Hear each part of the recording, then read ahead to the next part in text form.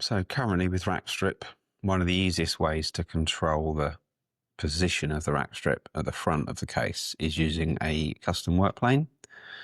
So if we create a custom work plane, and if we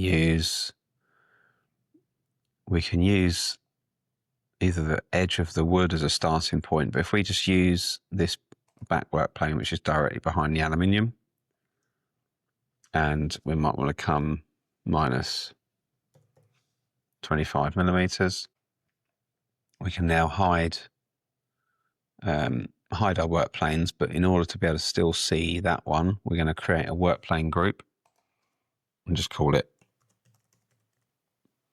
Rackstrip front. Any name will work, and then create that group, and we can now hide the default, and we've got separate control over the Rackstrip visibility work plane.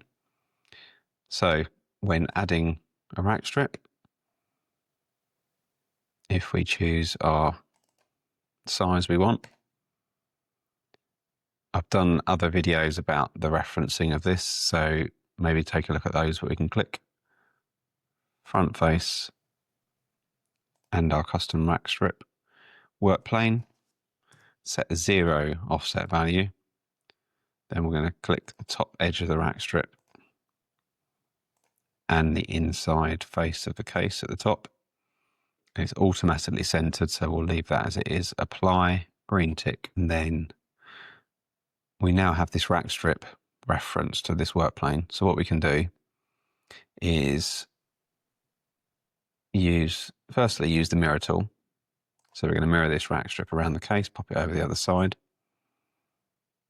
And then if we get back into seeing all of our work planes, so we've just got this Rackstrip one, we can edit the Rackstrip. And currently it's minus 25, but I can make that 0 if I wanted to and bring it to the front, and you'll see the Rackstrip will update. So there you have it. The work plane has updated, and so too has the front position of the Rackstrip. And just one more time, we'll move that back.